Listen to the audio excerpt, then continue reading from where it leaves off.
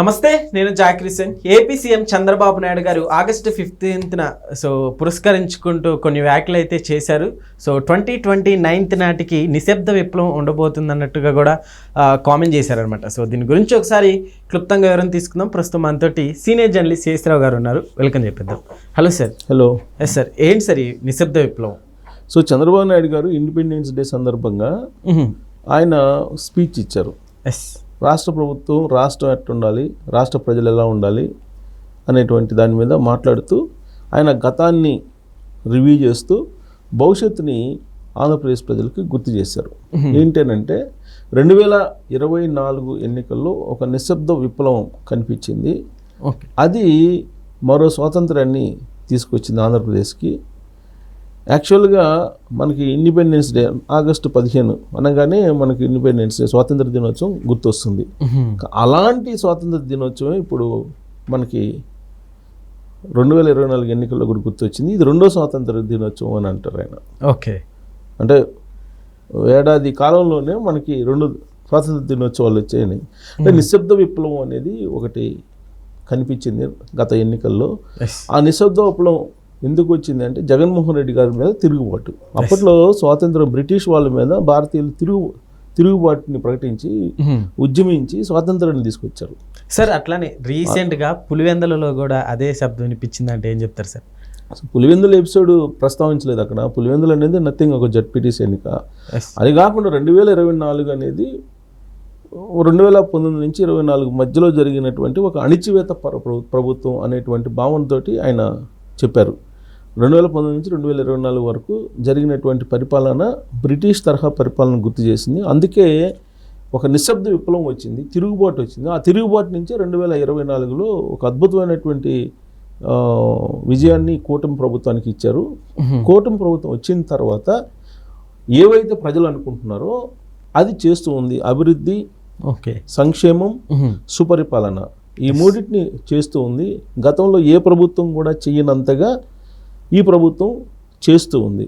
కాకపోతే 2029 నాటికి ఈ అభివృద్ధి, సంక్షేమం, సుపరిపాలన అనేదాన్ని గుర్తుపెట్టుకొని మీరు ఓట్లు వేయాలి కూటమి ప్రభుత్వానికి. అనేకమైనటువంటి స్వాతంత్ర దినోత్సవాలని జరుపుకోవాలి మనము.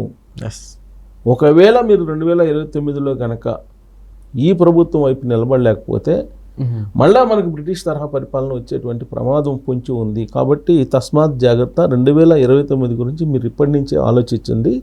స్వాతంత్ర దినోత్సవాలను ఇవాళ జరుపుకుంటున్నాము అని అంటే ఇదే స్వాతంత్ర్యం మనకు ఉండాలంటే 2029 మళ్ళీ కూటమి ప్రభుత్వం రావాలి. స్వాతంత్ర దినోత్సవాలను జరుపుకుంటేనే రాష్ట్రం అభివృద్ధి జరుగుతుందని చెప్పి చంద్రబాబు నాయుడు గారు ఒక దిశానిర్దేశం ప్రజలకు ఇండిపెండెన్స్ డే సందర్భంగా ఇచ్చారు. అదే సమయంలో ఆంధ్రప్రదేశ్ డిప్యూటీ సీఎం పవన్ కళ్యాణ్ గారు ఒక సందేశం, ఒక ఇండికేషను, అలాగే ఒక వార్నింగ్ వైఎస్ఆర్ కాంగ్రెస్ పార్టీకి ఇచ్చారు. ఓకే, అంటే అట్లా ఏంటంటే తాము గెలిస్తేనేమో వేరే వాళ్ళ మీద, అంటే వైఎస్ఆర్ కాంగ్రెస్ పార్టీకి గెలిస్తేనేమో ఈవీఎంలు కరెక్ట్గా ఉన్నాయి, దొంగ ఓట్లు ఏమీ లేవు, రిగ్గింగ్ ఏమీ లేదు, పారదర్శకంగా ఎలక్షన్ జరిగింది, ఫ్రీ అండ్ ఫెయిర్ మ్యాన్లో ఎలక్షన్ జరిగింది. ఒకవేళ వైఎస్ఆర్ కాంగ్రెస్ పార్టీ ఓడిపోతేనేమో ఫ్రీ అండ్ ఫెయిర్గా ఎలక్షన్ జరగలేదు, ఓట్ల చోరీ జరిగింది, రిగ్గింగ్ జరిగింది, ఇవన్నీ చెప్తూ ఉంటారు. మరి 30 సంవత్సరాల పాటు పులివెందుల్లో మొత్తం ఏం జరిగింది అనేది ప్రజలకు తెలుసు. కాబట్టి మీరు ఈ రిగ్గింగ్ జరిగింది, దొంగ ఓట్లు వేయించారు, ఇవన్నీ మీరు చేస్తే బాగుంటుంది. మీరేం చేశారు? 2019 నుంచి 2024 మధ్యలో జరిగినటువంటి స్థానిక సంస్థల ఎన్నికల్లో మీరు ఏం చేశారు? మీరు చేసింది మేము చేయలేదు. ఫ్రీ అండ్ ఫెయిర్ మ్యాన్లో ఎలక్షన్ నిర్వహించాము. స్వాతంత్ర్య దినోత్సవం సందర్భంగా స్వాతంత్ర్యం వచ్చినట్టు పులివెందుల్లో 2025 ఆగస్టు జరిగినటువంటి ఎన్నికల్లో 12వ తారీఖు జరిగినటువంటి ఎన్నికల్లో ఒక స్వాతంత్రం వచ్చినట్టు ఫీల్ అయ్యారు వాళ్ళు. అక్కడ ఉండేటువంటి ప్రజలు ఫీల్ అయిపోయి ఓట్లు వేశారు జగన్మోహన్ రెడ్డి గారికి వ్యతిరేకంగా అనేటువంటి విషయాన్ని ఆయన చెప్తూ రాహుల్ గాంధీ గారికి కూడా అక్షంతలు వేశారు. వీళ్ళందరూ జగన్మోహన్ రెడ్డి గారు అలాగే రాహుల్ గాంధీ గారు వీళ్ళందరూ విదేశీ శక్తులు, విదేశీ శక్తులకి వీళ్ళు పనిచేస్తున్నారు. దేశంలో విదేశీయులకు సహాయం చేసేటువంటి వాళ్ళు ఉంటే చాలా ప్రమాదం. ఓకే, విదేశీ కుట్రలో భాగంగా వీళ్ళు పనిచేస్తున్నారు. భారతదేశ వ్యాప్తంగా ఇప్పుడు రాహుల్ గాంధీ ఏం చెప్తున్నారు, దొంగ ఓట్లు పోలైని, దొంగ ఓట్లతో 2024 ఎన్నికల్లో గెలిచారని చెప్పి చెప్తున్నారు. మరి దొంగ ఓట్లతోటి ఎలక్షన్ జరిగింది అని చెప్పి మీరు చెప్తున్నారు కదా, అంటే మీరు గెలుస్తున్నప్పుడేమో సక్రంగా జరిగినట్టు, ఓడిపోయినప్పుడేమో దొంగ ఓట్లతోటి గెలిచినట్ట. 2019 ఎన్నికల్లో మరి జగన్మోహన్ రెడ్డి గారు ఆంధ్రప్రదేశ్లో గెలిచారు కదా, మరి ఆ రోజున ఈవీఎంలు లేకపోతే ట్యాంపరింగ్లు లేకపోతే రిగ్గింగ్లు అవే కనిపించలేదా? ఆ రోజున ప్రజల ఇచ్చినటువంటి తీర్పుని మేము శిరసావహించాం కదా మేము. ఇవాళ ఎందుకు రాద్ధాంతం చేస్తున్నారు? అంటే మీరు గెలిస్తే ఒక న్యాయం, ఇంకొకరు గెలిస్తే మరొక న్యాయం ఉంటుందా? ఉండదు కదా. వీళ్ళందరినీ దేశద్రోహుల కింద, విదేశీ కుట్రలు, విదేశస్తులకి సహకరించేటువంటి వాళ్ళుగా ఇప్పుడు జగన్మోహన్ రెడ్డి గారిని, రాహుల్ గాంధీ గారిని గుర్తించాలి అని చెప్తూ వాళ్ళు చెప్పేటువంటి మాటల్ని మీరు వినద్దు, ఆలోచించండి. విదేశీయులకి వాళ్ళు సహాయం చేస్తూ ఉన్నారు, విదేశీ కుట్రలో భాగంగా వాళ్ళు భారతదేశంలో పనిచేస్తున్నారు అనేటువంటి సీరియస్ కామెంట్స్ని పవన్ కళ్యాణ్ గారు చేశారు. ఆయన కూడా ఏం చెప్పారు, వాళ్ళ కుట్రలను మీరు గమనించి 2029 ఎన్నికల్లో మీరు మోసపోకుండా మళ్ళీ ఓట్లేయండి. ఇప్పుడు సుపరిపాలన కొనసాగుతుంది. ఎలా సుపరిపాలన కొనసాగుతుంది? సూపర్ 6 సూపర్ హిట్ అయ్యాయి, అవునా? అవును. పెన్షన్లు ప్రతి నెల 1వ తారీఖున ఇస్తున్నారు. 4,000 రూపాయల పెన్షన్ భారతదేశంలో ఏ రాష్ట్రము ఇవ్వనంతగా పెన్షన్లు ఇస్తున్నారు. అలాగే తల్లికి వందనం ఇంట్లో ఎంతమంది ఉంటే అంతమందికి పిల్లలకి 15,000 రూపాయల చొప్పున ఇస్తున్నారు. సుమారుగా 10,000 కోట్ల రూపాయలు ఏడాదికి ఇస్తున్నారు. దాంతోపాటు 3 సిలిండర్లు ఇచ్చారు. స్వాతంత్ర దినోత్సవం సందర్భంగా ఇవాళ నుంచి ఉచిత బస్సు ప్రయాణాన్ని మహిళలకి ఇచ్చారు.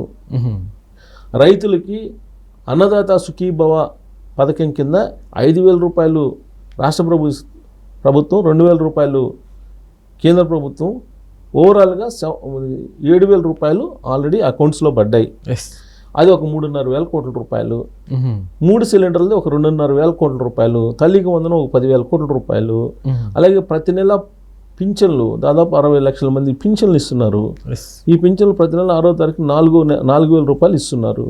ఉచిత బస్సు పథకం ఇవాళ నుంచి అమలు అవుతుంది.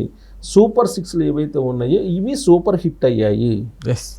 ఇంతకు మించినటువంటి సుపరిపాలన భారతదేశంలో ఏ రాష్ట్రంలో లేదు. కాబట్టి ఇదంతా గమనించి మీరు 2029 నాటికి మీరు మళ్ళీ మన స్వతంత్రం జరుపుకునేలాగా 2029లో కూడా ఆలోచించి ఓటు వేయాలి. లేదంటే రాష్ట్రం యొక్క భవిష్యత్తు 2019 నుంచి 2024 మధ్యలో ఏమైందో అలా జరుగుతుంది. అలా జరగకుండా ఉండాలంటే ఎప్పుడూ స్వాతంత్ర్య ఫలాల్ని అందుకోవాలంటే ఖచ్చితంగా కూటమి ప్రభుత్వం అవసరము రాష్ట్రానికి అని చెప్పి చంద్రబాబు నాయుడు గారు అలాగే పవన్ కళ్యాణ్ గారు డిప్యూటీ సీఎం హోదాలో వాళ్ళు ఒక దిశానిర్దేశం ఆంధ్రప్రదేశ్లో ఉండేటువంటి ప్రజలకు ఇవ్వడం జరిగింది. ఇండిపెండెన్స్ డే సందర్భంగా 90% ఇచ్చినటువంటి హామీలను అమలు చేసామని చెప్పి చంద్రబాబు గారు అనౌన్స్ చేశారు.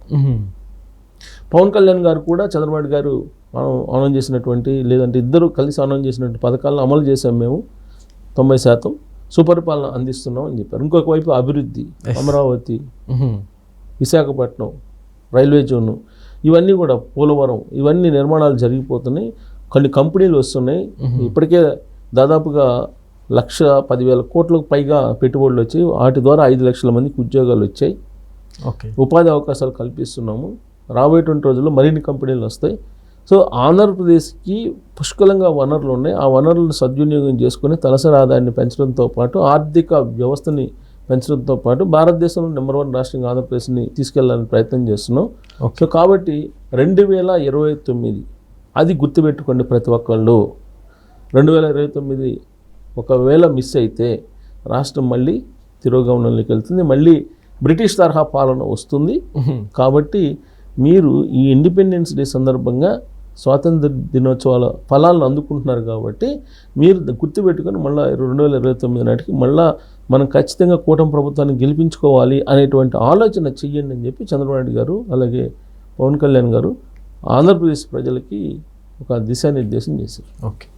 Okay sir, thank you.